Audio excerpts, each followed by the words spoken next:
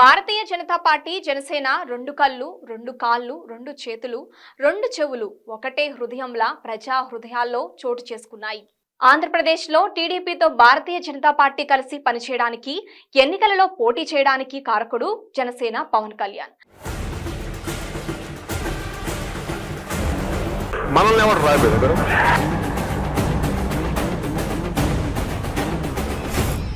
నేను నా వారాహిలో ఆంధ్రప్రదేశ్ రోడ్ల మీద తిరుగుతాను. వైసీపీ వ్యతిరేక ఓటుని చీల్చే ప్రసక్తే లేదు. ఈ మూడు పార్టీలు కలిసి పోటీ చేయకూడదని కలవరపడింది వైసీపీ అధినేత జగన్మోహన్ రెడ్డి. కానీ కలిసి పోటీ చేస్తేనే వైసీపీ వ్యతిరేక ఓటు చీలదని నమ్మిన వ్యక్తి పవన్ కళ్యాణ్ మోడీతో నమ్మపలికారు. తన గెలుపు కన్నా జగన్మోహన్ రెడ్డి ఓటమి తనకు ముఖ్యమని, తన భవిష్యత్తు కన్నా ఆంధ్రప్రదేశ్ భవిష్యత్తు తనకి ముఖ్యమని మోడీ అమిత్ షాలను కన్విన్స్ చేసింది పవన్ కళ్యాణ్. అన్నిటినీ మించి ఆంధ్రాలో కూటమి పక్షాల మధ్య సీట్ల సర్దుబాటులో తనకు కేటాయించిన సీట్లను తగ్గించుకొని కూటమిగా ముందుకు వెళ్లడానికి కారకుడు పవన్ కళ్యాణ్ తాను తగ్గి నెగ్గాడు. 2024 ఎన్నికలలో జగన్మోహన్ రెడ్డి తన ఓటు బ్యాంకు దాదాపుగా 40% చెక్కు చెదరలేదు. కాకపోతే కూటమి వలన విపక్షాల ఓటు బ్యాంకు చీలలేదు. పవన్ కళ్యాణ్ తన అభ్యర్థులకు సీటు కేటాయింపులోనూ రాజీ పడలేదు. విన్నింగ్ హార్స్ పైనే బెట్ కట్టాడు. 100% గెలిచాడు. తనని గేలి చేసిన వారికి విజయంతో జవాబు ఇచ్చారు. ఆంధ్రప్రదేశ్లో విజయం తొలిమెట్టు. మహారాష్ట్ర, జార్ఖండ్ రాష్ట్రాల్లో హిందుత్వ ఎజెండాతో ముందుకు వెళ్తున్న బీజేపీతో కలిసి వెళ్తే నాన్ హిందూస్ అయిన ముస్లిం, క్రిస్టియన్ ఓట్ బ్యాంకు తమకు వ్యతిరేకంగా ఓటు చేస్తారేమో అని ఎన్డీఏ భాగస్వామ్య పక్షాలు కూడా భయపడుతూ బీజేపీ ఎజెండాని పక్కన పెట్టి ప్రచారం మొదలుపెట్టారు. కానీ మహారాష్ట్రలో బీజేపీ కార్యకర్తల, ఆర్ఎస్ఎస్ సేవకుల బీజేపీ ఎజెండా సనాతన ధర్మాన్ని ప్రస్తుతిస్తూ ప్రతి సమావేశంలో పవన్ కళ్యాణ్ ప్రసంగించారు. ఇస్లాం మీద దాడి జరిగితే మేము మాట్లాడతాం, క్రిస్టియానిటీ మీద దాడి జరిగితే మేము మాట్లాడతాం, హిందూ ధర్మం మీద, సనాతన ధర్మం మీద దాడి జరిగితే కూడా నేను మాట్లాడతాను.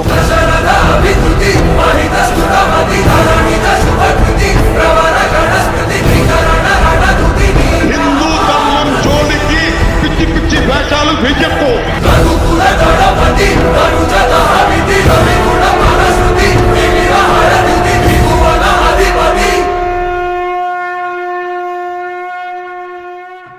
పవన్ కళ్యాణ్ భార్య రేణుదేశాయ్ మరాఠీ. వారి సంతానం మరాఠీలోనే మాట్లాడతారు.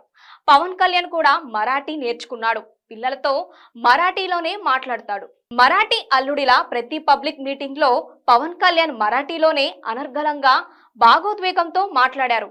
ఆయన మీటింగ్లకు జనం తండోపతండాలుగా వచ్చారు.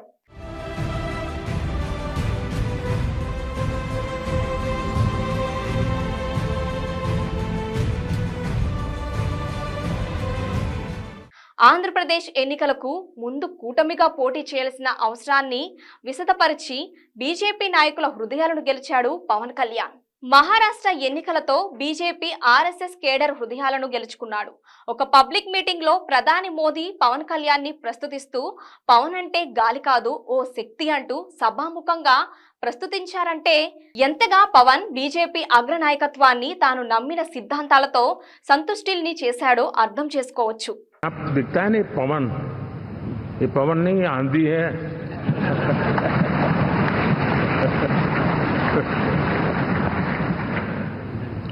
आंध्र ने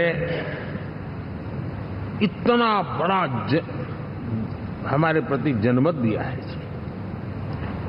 हिंदुस्तान के लिए एक सामान्य मानवी की विकास की जो जिजीविषा है.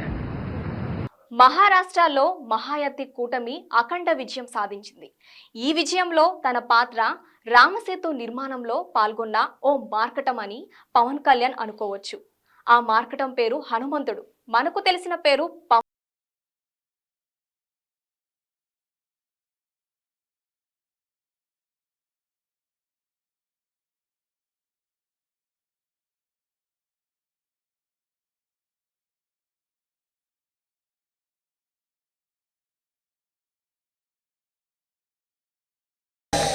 మహారాష్ట్ర, జార్ఖండ్లో బీజేపీ నాయకత్వం వహించిన ఎన్డీఏ 2 రాష్ట్రాల్లోనూ గెలిచింది. కానీ పవన్ కళ్యాణ్ ప్రపంచవ్యాప్తంగా విస్తరించి ఉన్న బీజేపీ ఆర్ఎస్ఎస్ కేడర్ హృదయాలను గెలిచాడు.